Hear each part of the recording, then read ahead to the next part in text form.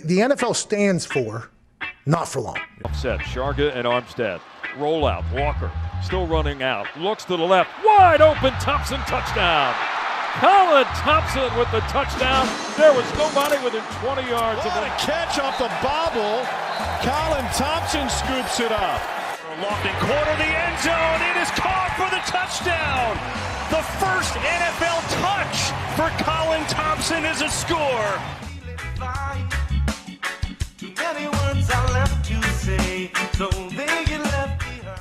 All right, we get the legendary Torrey Smith joining us today, one of the newer members, if not the newest member, Not For Long Media, and his awesome podcast with his awesome team. Torrey, how you doing today, man? Doing great. How about yourself? I'm doing great, man. I appreciate you coming on. We're excited to have you here at the media company, Not For Long. And, I figured we'd start the show off you just talking about your pod, what folks can expect when clicking on Trending Thoughts with Torrey Smith. Trending Thoughts is really an idea from myself. I'm very active on Twitter. I was a lot more active before these kids got involved, but I'm very active on Twitter. And the trending topic is something that I discuss. So for me, there's nothing that's off limits. Sports, politics, race, government. I don't care. I talk about everything because that's what we do, right? And that's what social media is for. And so I've always been very active there. So when it comes to the podcast, I felt like it was important to have a space to talk about things that were trending in this world, but really things that were trending in my life as well. So it's been a lot more parenting and coaching these days, but you never know what the idea is going to be. And now that the football season's here, I'll start talking ball as well. I'll stay kind of to the big teams and also the four that I played for, the Ravens, the 49ers, the Eagles, and the Panthers. But really, just locked in on anything that's in the league, the hot topic there, lending my voice to it because I'm always down for a great debate. And the nice thing, too, which is awesome is, and I've been fortunate, too, I played for, Vikings, and all the teams are awesome, but these big market teams play for the Giants, even though they have little stints, not as long as yours.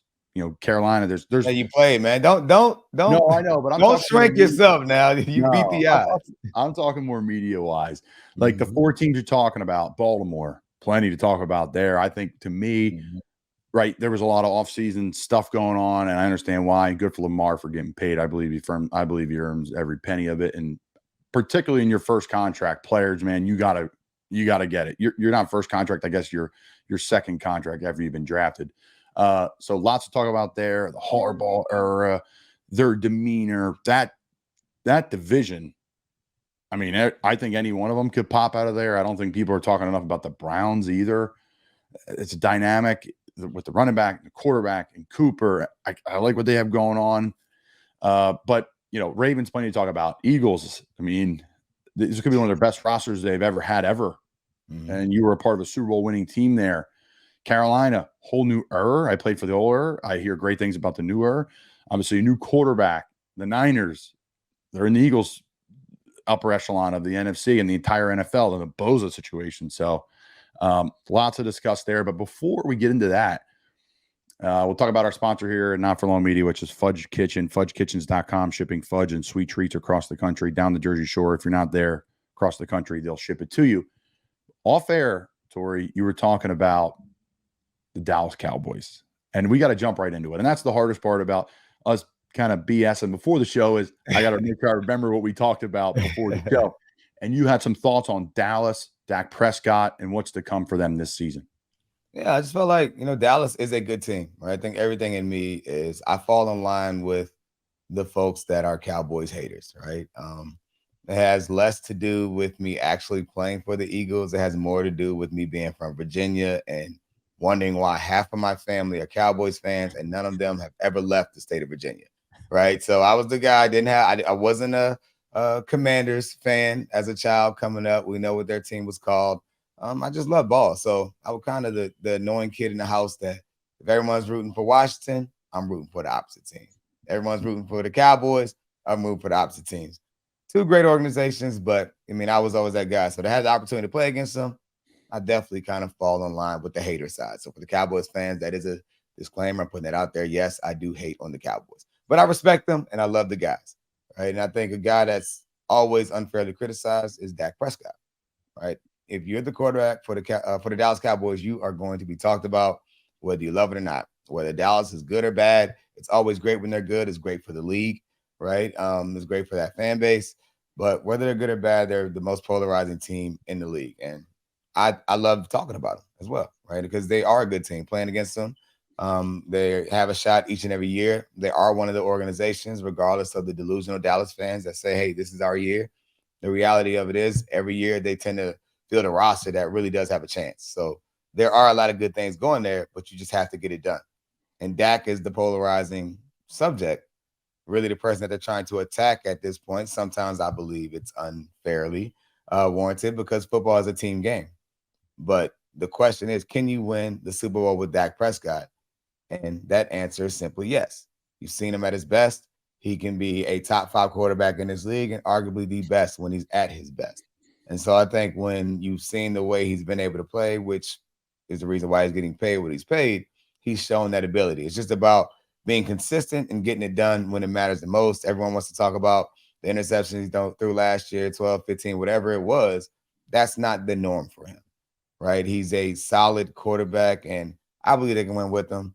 I think Philly is better. I think the 49ers are better. But the reality of it is the best team doesn't always win. And the Dallas Cowboys stand just as much of a chance as any other team in the league at getting to the Super Bowl and possibly winning. Health plays a huge role in it, as you know. And I think usually your first year back from a significant injury, it's really hard to be good, especially lower body, which happened to Dak, I think, 2 years ago. And then last year he had to play through it. Like, your brain's got to connect again. Your confidence has to be back again. Planning, I think he snapped his ankle, I believe. I mean, that's not just, I've had some calf strains. They're a pain. Like certain high ankle sprains, breaking your ankle. Like you can't just, it's not a hamstring and they're tedious too. But I think that plays a huge role too. The O-line got a little bit older. Zeke, they moved on from. Pollard, they just invested in. An interesting team. They always are. A great roster. And I think they fall into that category of the Ravens, that a team that is built to win in the playoffs, I think, but they're not really talked about in the upper echelon of their conferences. So I digress. We have to get into the Eagles because I'm from Philly. You played for the Birds and won a Super Bowl. And a lot of our followers here at the Colin Thompson Show, Trending Thoughts and Not For Long Media, are in the Philly market, whether they like the Birds or not. So lots to unpack here, but your just general thoughts on the team and maybe something that sticks out to you that, maybe mainstream media isn't talking about when it comes to the Philadelphia Eagles. Man, I don't think mainstream media is really missing anything when it comes to the Eagles. I think Howie Roseman's done an amazing job building this roster. Think about all the complaints Birds fans have had over the years. Somehow Howie always figures it out. Right. And I think sometimes fans are really spoiled. I mention that all the time because I think of the moments where people are calling for Howie's head, that he always figures out a way to put the team in a contending position. But the reality of it is this team can contend to win. And I say this all the time. There are plenty of teams that at the beginning of the season, everyone feels like, hey, this is our year. But there are only really a handful or so that really have the roster that on day one, you feel like they can get it done. Right. It's probably 5 to maybe 8 teams in the league that have that full, complete roster, top to bottom, that they can really get it done. And that's easy to say preseason, right? But the reality of it is when the games go, injuries happen, the season goes on, then the hottest team typically wins. I say this all the time. The best team doesn't normally win. The hottest team wins. And when you have the combination of both, good things happen, similar to what happened for us when I was in Baltimore and when I was in Philadelphia winning the Super Bowl. But this Eagles team, the defensive line is ridiculous, right? Went to practice, watched them. They're flying around. Fletcher Cox looks amazing, 10 pounds down. The youth movement, Jalen Carter. The guy, Nolan Smith, the guys on that defensive line are ridiculous, right? They are flying off the ball. And I don't think people understand the depth and what that means. If they sub, you have other dogs coming in. And the speed that they're coming out that edge with is going to be special. And I can't wait to watch them go out there. They were able to bring back Slay, big play Slay, right? So you have the same exact secondary minus the safeties on the back end, right? But you have your lockdown corners out there in James Bradbury and Darius Slay. And this team is in a prime position to do it again. And I didn't even talk about the offense. Jalen Hurts looks phenomenal, continuing to get better. You have 2 number 1 receivers, A.J. Brown, Devontae Smith. continuing to get better, right? Dallas got it. One of the top tight ends in the league.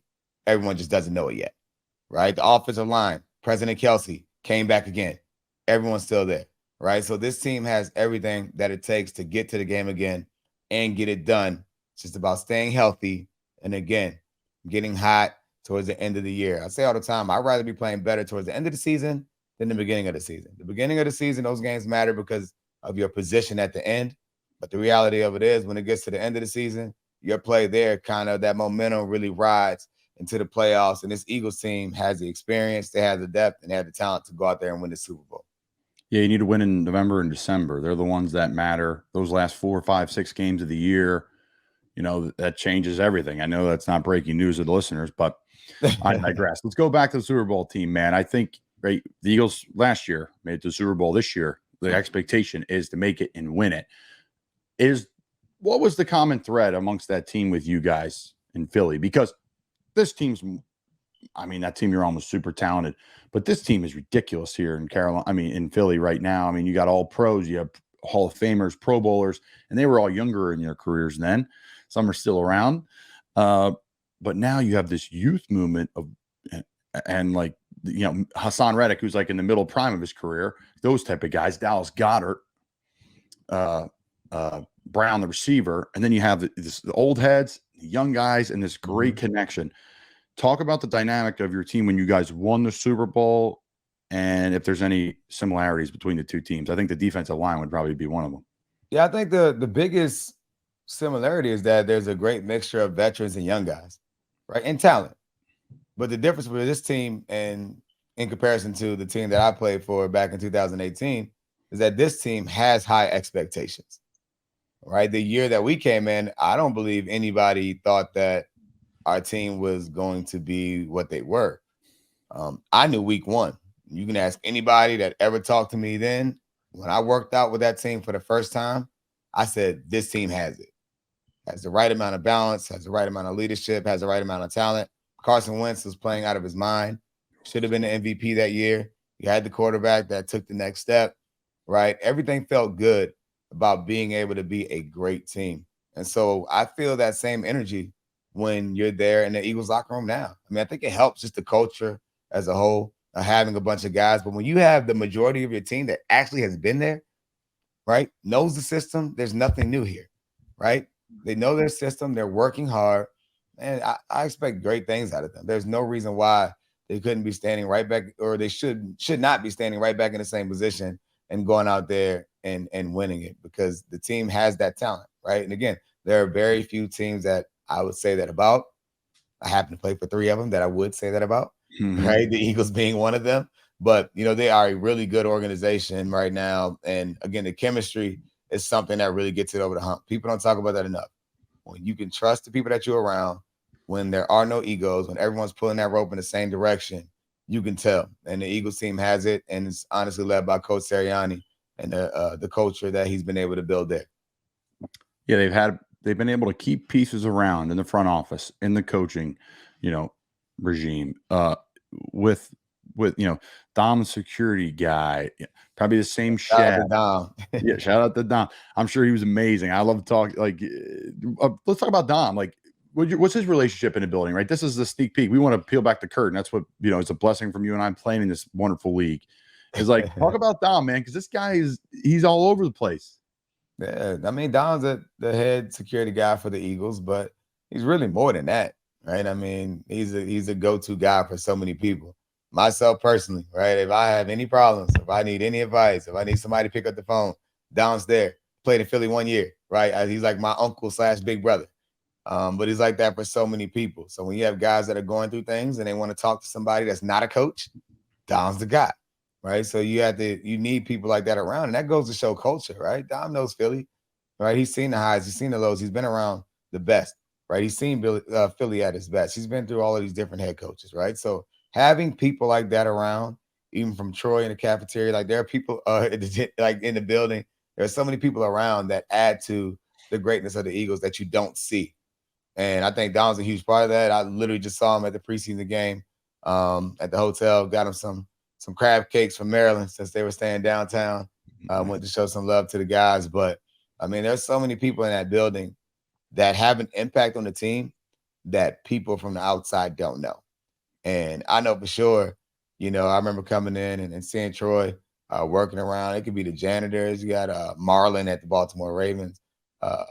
There's so many guys, Manny at the cafeteria of the Baltimore Ravens. There are people that work within the building that you don't realize their role in terms of just being another voice for the players, because it's stressful throughout the season, right? A fan sees a bad game.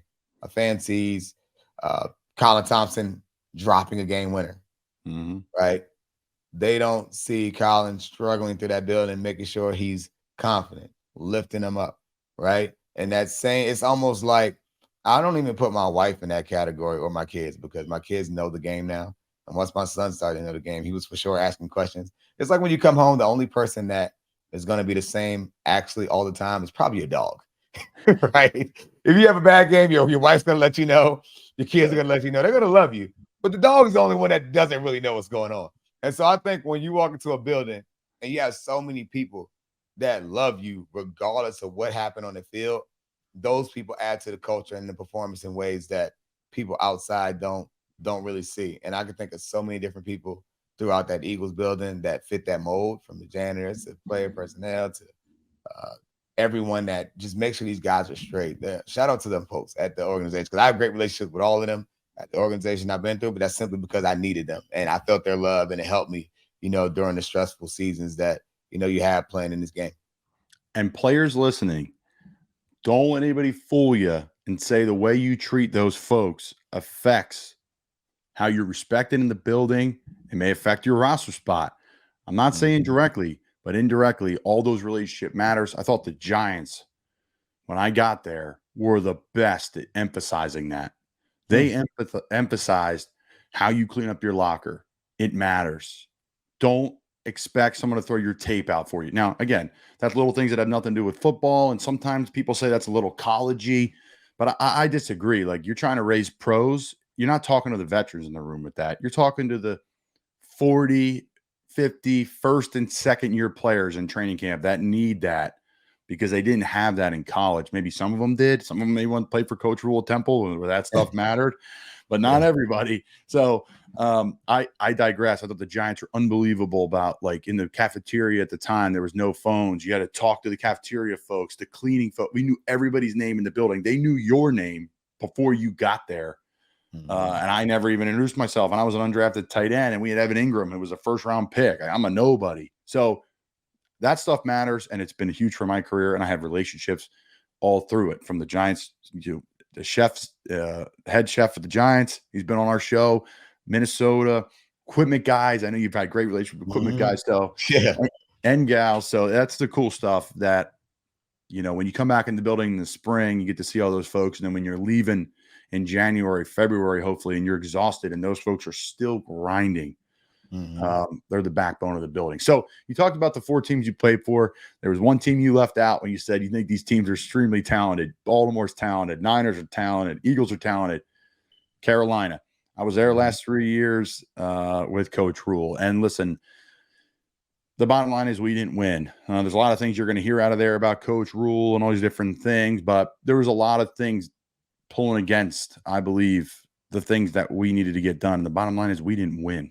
That's it. It has nothing to do with the formula and how it went about it and players. As Torrey knows, like, it doesn't matter how it looks. The culture in Baltimore is different than Philly, and it's different with the Niners. It's different with, Minnesota, where we were doing tons of, regen and walkthroughs, and that's different than how it is in Baltimore and New England. But the bottom line is, if you win, it doesn't matter.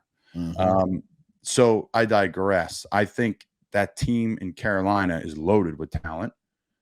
Coach Rule had a lot to do with it. Scott Fitter had a lot to do with it. Marty Herney, who's in Washington, had a lot to do with it. It was kind of Coach Rivera. Like, it's still kind of that core is still hanging around there. Brian Burns, Taylor Moton.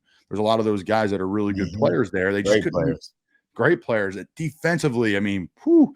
Now the DJ Moore situation, shout out to the Terps. I was with him. The best single athlete I think I played in the NFL. I mean, Justin Jefferson's an amazing athlete, and Justin's a better receiver. I think DJ's up in that category too now. DJ's doing pull-ups like like ridiculous, like one-handed, and like he's just a different bird. He's like deadlifting 500 pounds in slippers, Torrey, and then walking out of the weight room. Like the guy's gifted and a really good dude, Philly guy. I love DJ, and he's gonna have a monster year in Chicago. That's a huge loss, but they got their quarterback. They have the great defense. I think Carolina's going to have a nice year. That division's wide open again. I think New Orleans is a better team that people aren't talking about. It's a tough place to play. I thought it was the loudest stadium in the NFL. I'm all over the place, Torrey, but your thoughts on Carolina, what's to come for that franchise that you used to play for, won some games with for sure? Yeah, I just think, first of all, leadership-wise, they have Frank Reich, right? He's one of my favorite people walking this planet. Great leader, great football coach, great man, right? I think you're better because you're around him. And yes, they have a great staff, bunch of guys that I know, but I also believe that because he has Coach Jim Caldwell hiding in the shadows, helping him as well, I'm expecting great things for this offense. Just the leadership-wise, right? Again, two of the best leaders that I am lucky, and I'm better as a man. I say this all the time about some of the coaches that I've been around. I'm better because I've been around them. And when you have guys like that are leading, there's no wave or storm that's going to be too big for this team. I don't care what it shows up like on the field, but I know inside it will remain the same, right? They're going to be led in the right direction. You're going to trust that you're prepared each week because you're going to be, and guys are going to play hard for their coaches. So this Carolina team could surprise some teams, right? The division is weak. Right, the NFC South is very questionable right now, and there's a great opportunity for this Carolina team. A lot of people would say that they were a quarterback away from being a playoff team. They were still close, right? Even with the issues that they had, that division was down. There's no Tom Brady, so the Panthers are already better there. Shout out to Baker Mayfield. I think he's a solid quarterback, but Tom Brady's have a nice year down there. Yeah, I hope he does well. I like if Baker. Mike comes back. Is Mike's not holding out, is he? Evans? No, he's not. He's nice. So yeah, he's nice. Yeah. So I think they got Chris Godwin. I mean, they're going to be Baker. I always say this about Baker. He is the most confident individual I ever played with. And if you play with some confident guys, you got to be confident to play DB in this league. You got to be confident to play every position, but certain positions a little bit more. And maybe a little bit more boisterous about it. Baker, man, you saw what he did against the Rams last year. How many players, when he was with the Rams on 4 days, he got cut on a Monday. They played on a Thursday. He really was there for 48 hours. So the division's interesting. It's interesting. It's not talked about a lot. Atlanta, they're building a culture. Like, how's that going to look? They're starting to add some good pieces quietly. The running back. Yeah, that quarterback's a big question mark. We'll see, yeah. And that's what works for a lot of people. It's a question mark now, but it may not be a question mark in 6 weeks. Right? No. That's the beautiful part about playing this game. We can speak hypothetical about the guys all they want. Sometimes when the whistle goes, that's why I don't get all caught up in preseason practices. I don't get caught up in preseason games because they don't matter. Right? Did you learn? Did you grow? Are you prepared? And I think for a lot of the quarterback complaints that we've heard down in Atlanta this offseason when it comes to development and or Desmond Ridder and some of them, I felt like every day they were trying to show an interception of him and trying to air him out, which is a problem to me. But I think he's going to be a lot better. And if he plays at a high level, Atlanta has some weapons. So I think the NFC South is wide open. We completely left out Derek Carr being in New Orleans. So New Orleans could be better than people think. Derek Carr fits in that same mold to me as a Dak Prescott, as a Kirk Cousins, meaning that guys that I think are disrespected a little more than they should be.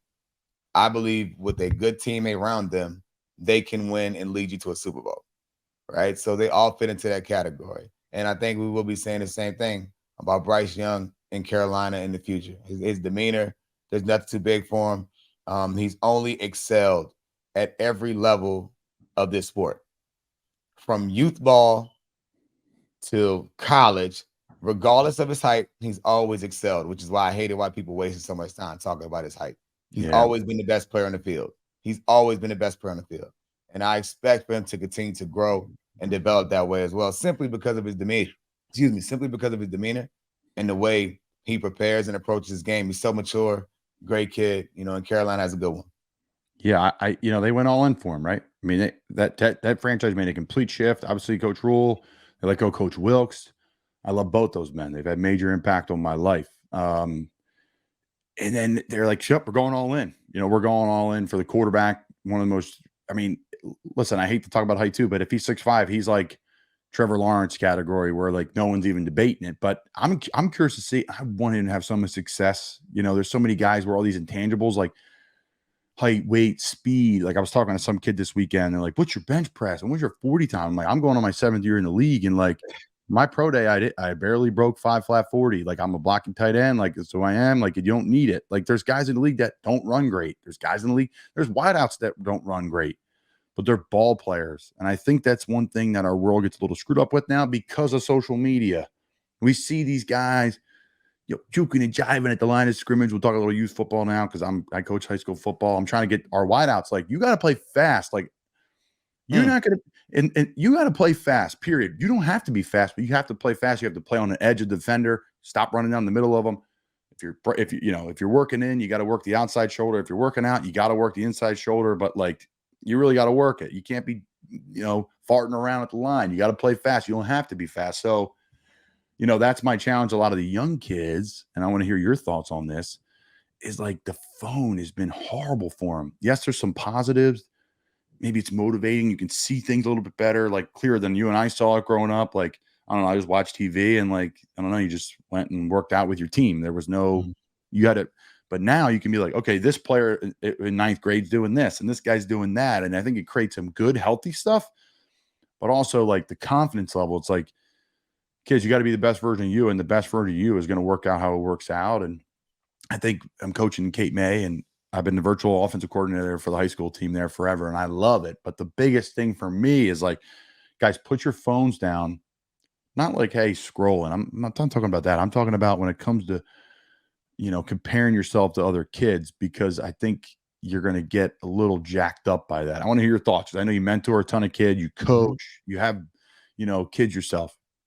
Yeah, I mean, that's I think you're spot on. Coaching Level 82, which is my own organization, 7-on-7. They play at an elite level, but then also we have the 9U East Howard County Jaguars that I'm coaching as well. I think on that phone, like that is like they say comparison is a thief of joy anyway, right? And so I think what we're seeing, especially for the high school kids, is they're seeing all of these things that are happening for other kids, the scholarships, the opportunities, right? And I think sometimes it messes with them, the kids mentally.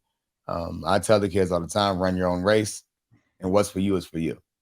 And so all you can do is control what you can control, your effort, your attitude, your approach. You can't worry about all these other things and what's happening for somebody else. That's not you. Be happy for them, worry about yourself. And that's really hard, right? I think it's harder for them than it was for the past generation of athletes and myself included and ones before me, right? I tell them, we talk about videos and huddle. I didn't see anybody's highlights. The only way you can see someone's highlights is if it was on Rivals, and Rivals was kind of just starting to boom at that point, right? Now you can see a kid's highlights 2 seconds after it's happened, right? So it's completely different, and guys are comparing themselves so much more now than ever, but it's a real problem. But as long as guys and girls remember to run their own race and remember what's for them is for them, they'll be in a better situation, because we see this on a daily, and I think it scares and psychs out a lot of kids. And I'm not going to place this on an entire generation of kids saying that they're nervous or they don't compete the same. I don't buy that for everyone. But I do think because of the phone and because of what people see, I think they are intimidated a little bit more.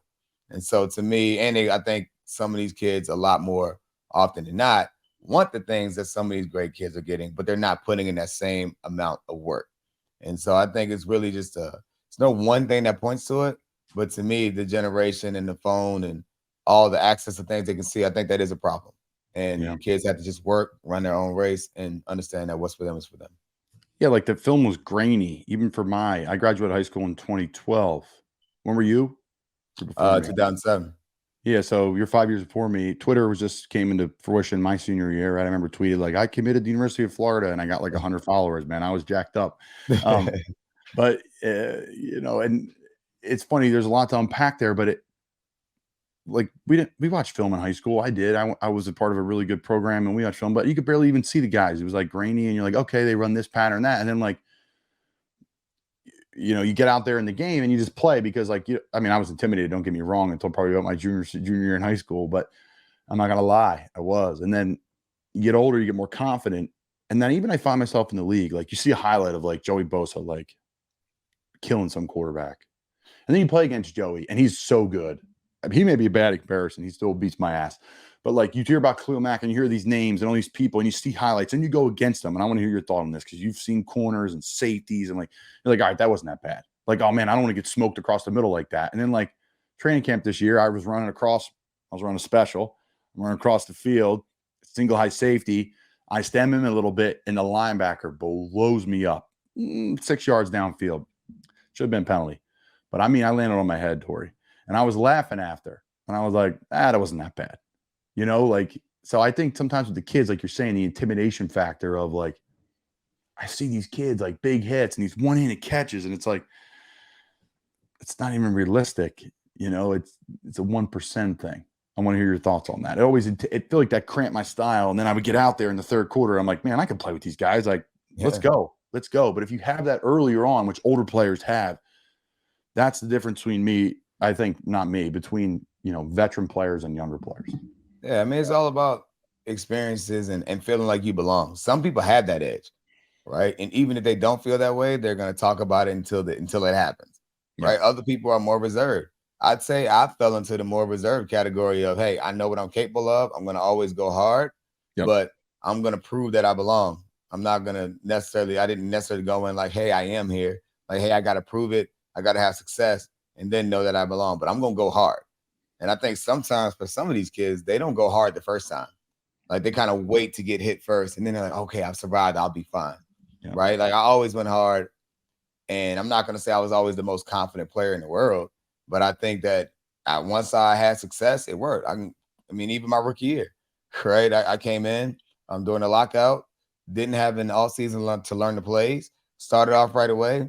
I line up, I go out there. The first day, my coach told me jump in with the ones. Barely even knew what I was doing, right? I line up, I look, I'm reading the coverage. I see Ed Reed at safety. I'm looking at the linebackers. I see Ray Lewis at linebacker, and I'm looking at Ladarius Webb and all these other guys are loading out. At Terrell Suggs is at defense. I'm seeing guys that I kind of watched, right? Coming up, lining up. And I'm like, oh, man, like this is real, and you got to have some success before you feel like you belong. And so, the first time you catch a pass, it's like, oh, man, like, I'm fine. Like, it's the same. And I really struggled. I had one of the worst training camps ever in the history of football. People thought I was going to be a bust. All of this just from my training camp because I really struggled. Knowing what I know now, I'm like, any kid that learns the playbook in the month of August only and shines on week 1 has a different little edge to him. I struggled. I wasn't comfortable until week 1. By then, they had already knew I wasn't ready, traded for Lee Evans, and that's what it was. And so then going into our first game versus Pittsburgh Steelers, I was the third receiver, didn't get the ball thrown to me. I was really blocking, and I was able to settle down because I knew what I was doing. Fast forward 2 weeks later, Lee Evans gets hurt. I have to start my first game of my career. They said, hey, Torrey, we're going to throw you a hitch just to get you going, get your confidence up. They're going to be off. Take it. If he presses up, turns to a go route. They pressed up, turned to a go route. First catch, first throw to me, touchdown. Now I'm like, man, I can do this. I belong because I had the success. And then my next 2 catches ended up being touchdowns. I had 3 touchdowns in the first quarter on my first 3 catches. And so my confidence then was through the roof. So I'd already been at the low point. I knew that I could survive at the highest. And whatever happened at the lowest, that was that too. I dealt with it. I struggled with it. So I always learned to be somewhere in the middle. I love that. That's such you can't bottle it and sell that and put a price tag on. And that's why you're a great coach, great mentor, great dad. Torrey, we have one thing in common with our career, and my first catch was a touchdown.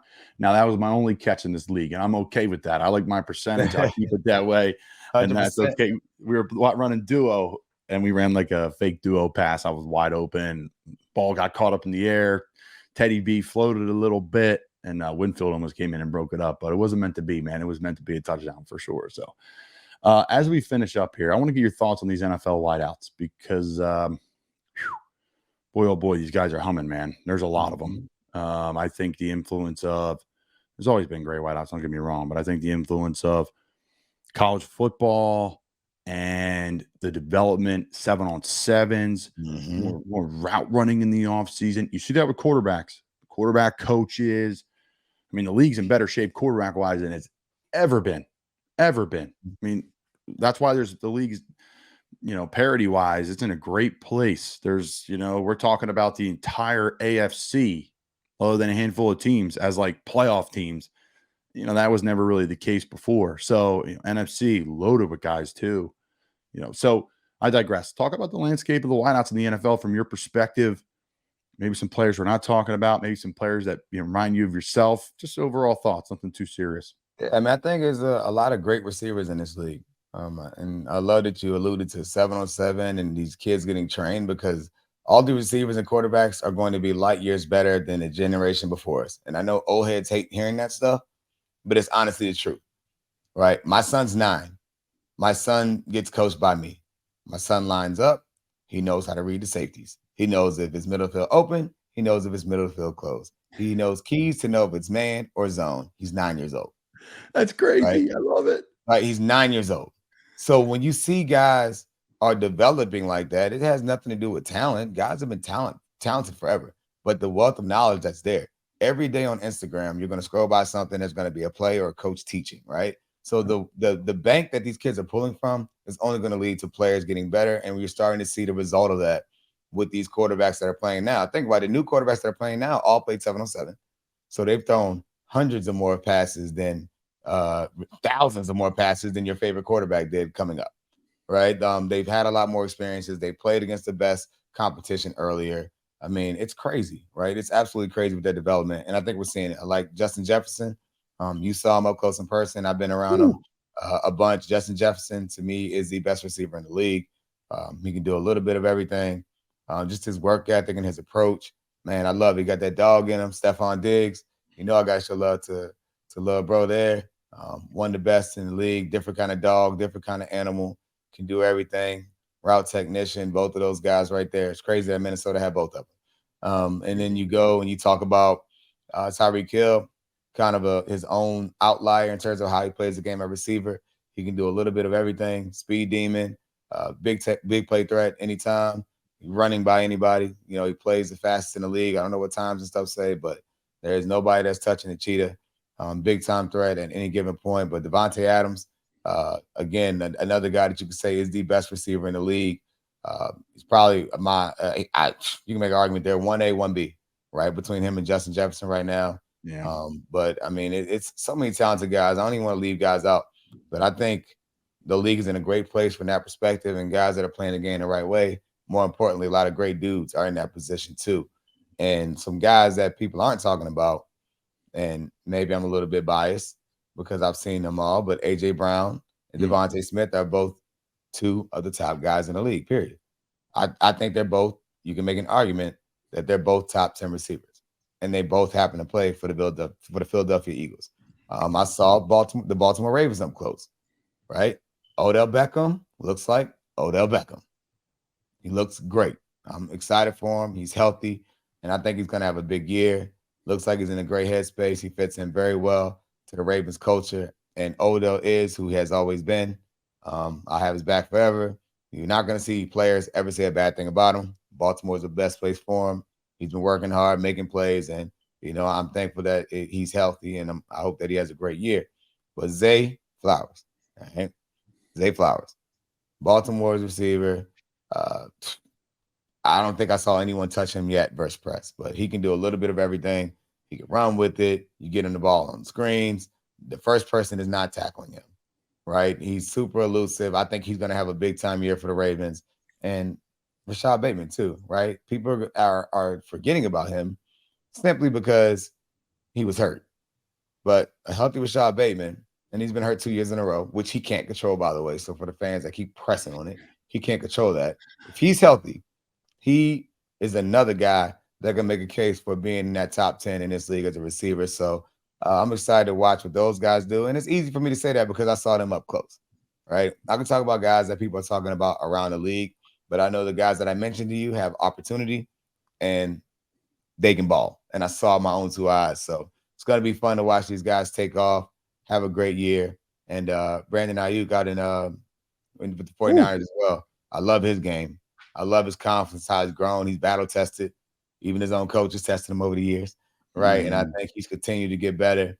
And I think he's a star in this league with what he can do as a threat in the ball. And he's in a great offense. Kyle Shanahan does a great job getting the ball to guys in space. And notice I said him. I didn't even talk about Debo, George Kittle, who's one of my favorite players, right? I mean, like there are There's so many guys, man. A lot of great guys in this league that are doing well, but some of those underrated guys, I think folks are going to respect them as household names here soon.